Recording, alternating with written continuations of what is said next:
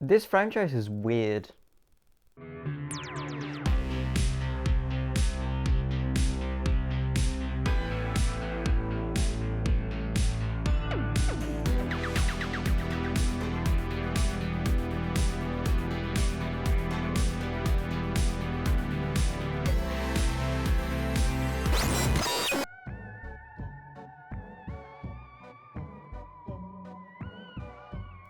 Hello you beautiful fucking nerds, and welcome back to yet another video. So lovely to see all of you back to watch me talk about horror. I didn't think people would be interested in this when I started, but here we are. So there is a lot to cover when it comes to the Friday the 13th franchise as a whole. The whole lawsuit that's been going on for years, which has now essentially placed the franchise to have its hands tied, would take around an hour to explain in length alone. This video is not about that lawsuit. You can Google search. This video is about appreciating the franchise for what it is, appreciating all the wonderful horror that it has to offer, and most of all, appreciating the mark it has left in horror history and the genre as a whole. Friday the 13th, in my correct opinion, is one of the most memorable and impactful slasher franchises in horror history. Jason Voorhees did not even show up with the hockey mask until part 3, yet that hockey mask has been engraved in our memories with a blunt machete. Jason is right up there with the slasher villains of Mount Rushmore, and this includes Freddy Krueger, Leatherface, Michael Myers, and of course, our mama's boy, Jason Voorhees. Arguments can be made for Ghostface and Chucky, but these guys didn't show up in mainstream slashers until the 90s. Yes, I know, the first Child's Play was 88, shut up. Friday the 13th is iconic for its kills, and horror nerds like us eat that shit up like it's Count Chocula cereal. Time to talk about each film, so strap yourselves in as I briefly explore all 12 movies in the franchise. Boy, this is going to be fun. The first Friday the 13th was a low-budget horror flick coming off of the slasher boom of the late 70s and early 80s. This was in large part to Halloween, as John Carpenter showed filmmakers that you don't need a budget to make a good horror movie. Although whether Halloween is good is arguable. Shut the fuck up. Anyone could do it. And now, correct me if I'm wrong, but the first Friday film, to my knowledge, was the first to outright call out sex as a bad thing in a slash film. To the best of my knowledge, it was this film that cemented, you fuck, you die. Halloween doesn't count. John Carpenter has come out and stated that the anti-sex message was not intentional. Laurie being a virgin was purely coincidence. Pamela Voorhees is specifically vengeful against teenagers who are having sex, because it was that which led to her boy drowning in the lake. I say drowning very lightly there. It's a fun, gory flick that has unique kills, and Kevin Bacon, but it's certainly a victim of its own budget. Now you're going to start seeing a theme here. A lot of these films intend for itself to be the last one in the franchise, but they keep making more. And that was the case with Friday 1. There wasn't meant to be a sequel, if not for the arseload of cash that was handed to the studio after its release, and production began on the second movie almost straight away. Friday the 13th Part 2 is one of my favourite slasher films of all time. It's a lot of fun, and the editing brings in this dark comedy element. The best kill is this guy in the wheelchair who receives a kind machete to the face, and is then invited to take a tumble down the stairs. Filmmaking perfection. Jason Voorhees is now the killer of this film. If you didn't know that he wasn't the killer until part 2, then now you do. You're welcome. He wears a potato sack over his head with just his eye poking out, and simple as this design is, it works. I'm not saying it's the best, it isn't, but it works for this film. The final girl in this film is Ginny, and she is the best.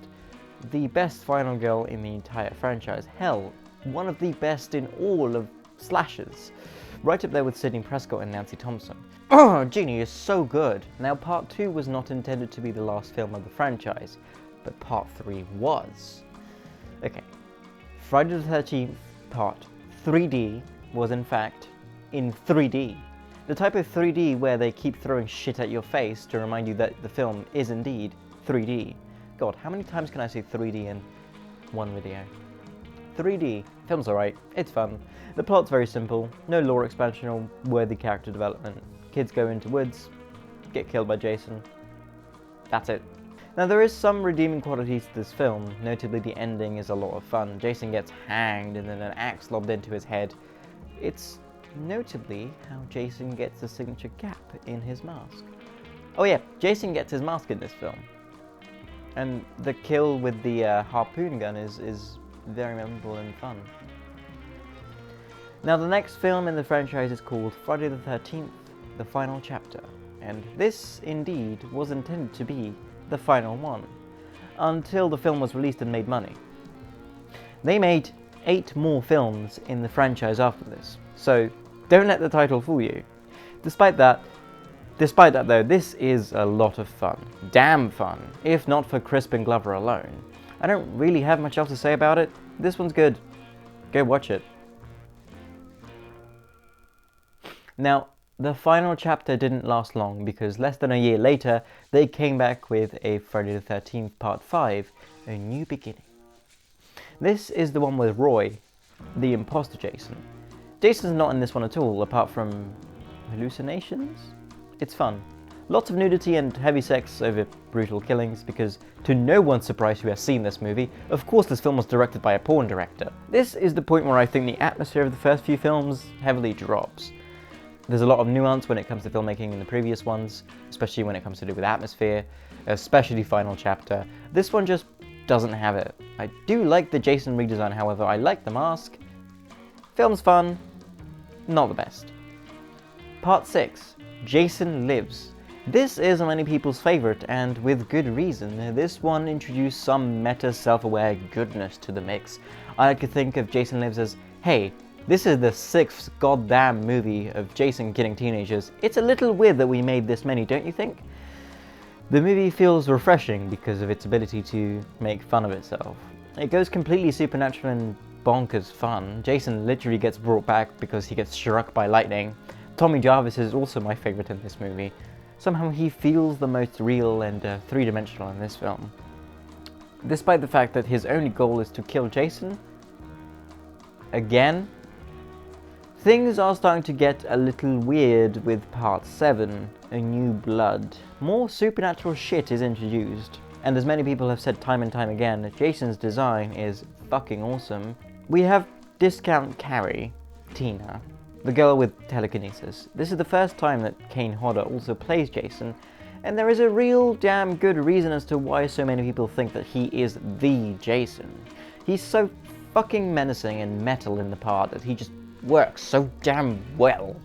His body acting is superior to many Jasons that have come before him, but personally, I think all the Jason actors have done great jobs in their role. I think Ted White in Final Chapter was great, but no one lives up to Kane Hodder. It's interesting that Hodder didn't even come to play Jason until the franchise was on a downward spiral, yet people praise and remember him the most. I do really like New Blood. I think it's interesting that they don't just have kids to kill again. There's the supernatural girl, Discount Carrie. Apparently they wanted to do Freddy vs. Jason at this time, and it's really good that they didn't do that because of the fact that if they did make Freddy vs. Jason back then, all the kills would have been cut down massively like they did with New Blood. It's just like nothing worth seeing, no gore. It just falls flat because of it, but despite that, Jason's design saves the film and the ending is fucking awesome where the house blows up, Jason's set on fire, and I love the design of Jason.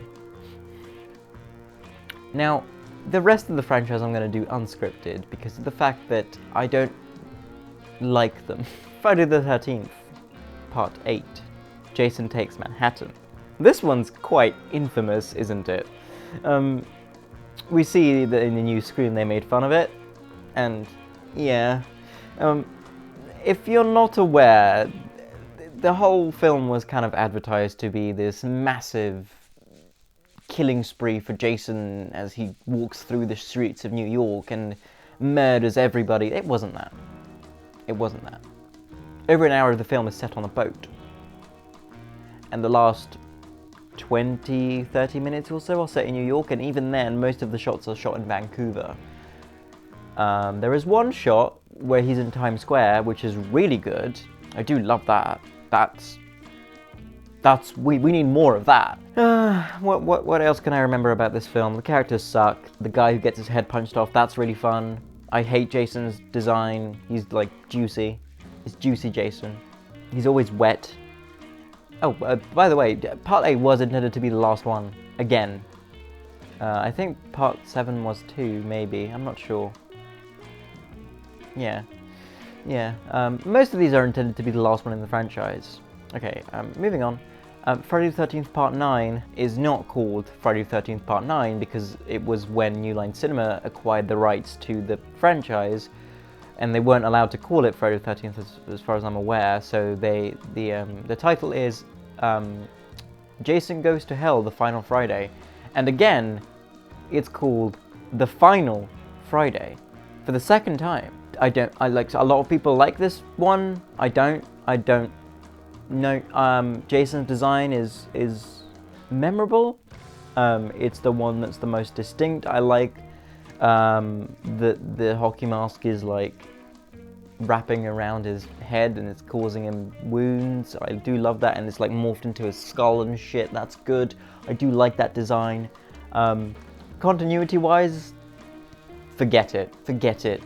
Jason gets turned into a kid at the end of Jason Takes Manhattan because of sewage water, and then he's back to normal. I don't understand, and I don't need to. There's a tie-in comic. I don't fucking know. Right, so Jason Goes to Hell is not the worst. For the first time, the kills are not cut away, and we see a lot of gore and blood, and since like part 4, 5 maybe, we actually see a lot of shit happening, which is good, but Jason's barely in the film. Like, actual Jason with hockey mask is barely in the film because they just go full supernatural. The Necronomicon is in this film. The fucking Necronomicon from Evil Dead is in this film, which is why the comic Freddy vs. Jason vs. Ash exists, is because of this film, Final Friday. The Necronomicon is in this film, and Jason goes to hell. When he goes to hell, he gets grabbed by Freddy's hand, and it's fucking cool. It's fucking awesome, that shot where Jason's mask is lying in the dirt, and then Freddy sprouts up and grabs him. I fucking love that. It's amazing. But that's the only kind of redeeming thing about the film for me. Oh, and it took 10 years for Freddy vs. Jason to come out because it was development hell. Yeah. Literally developmental hell since 93 all the way up to 2003. Alright, okay. Jason X.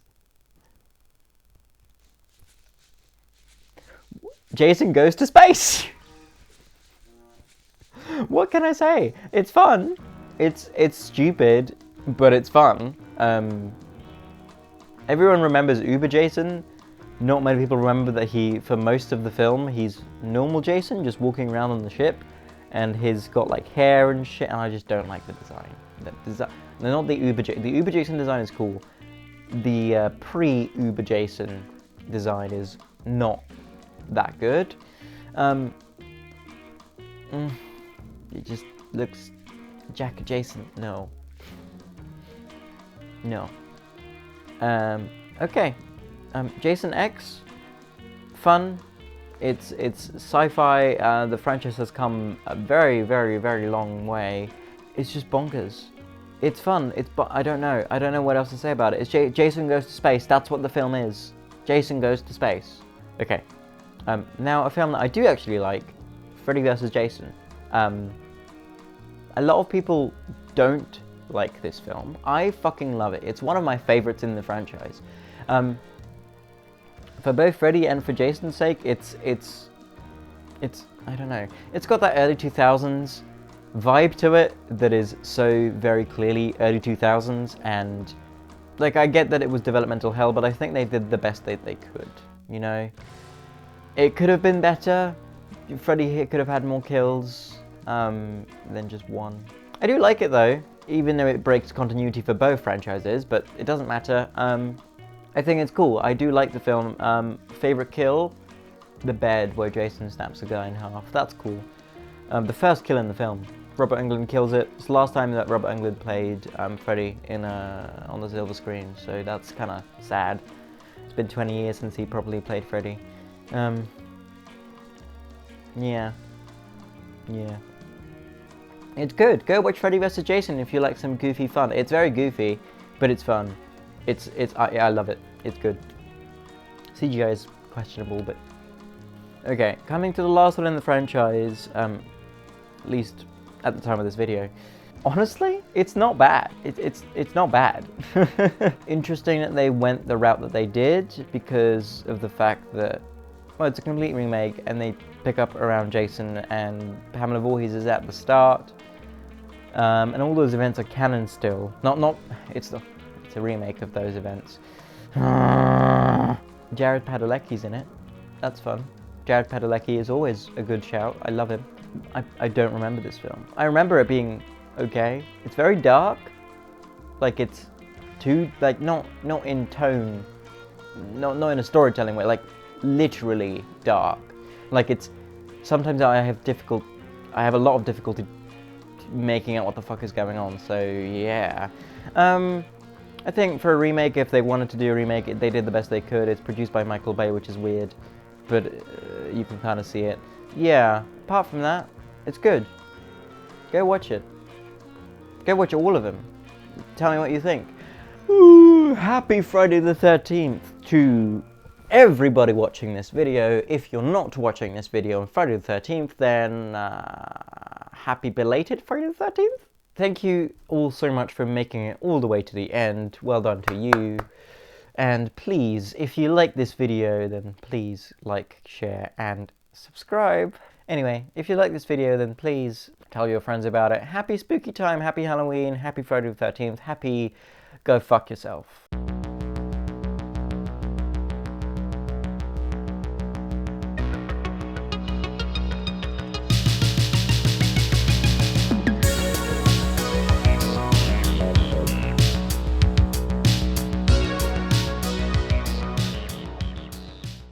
God, Freddy vs. Jason is fucking 20 years old.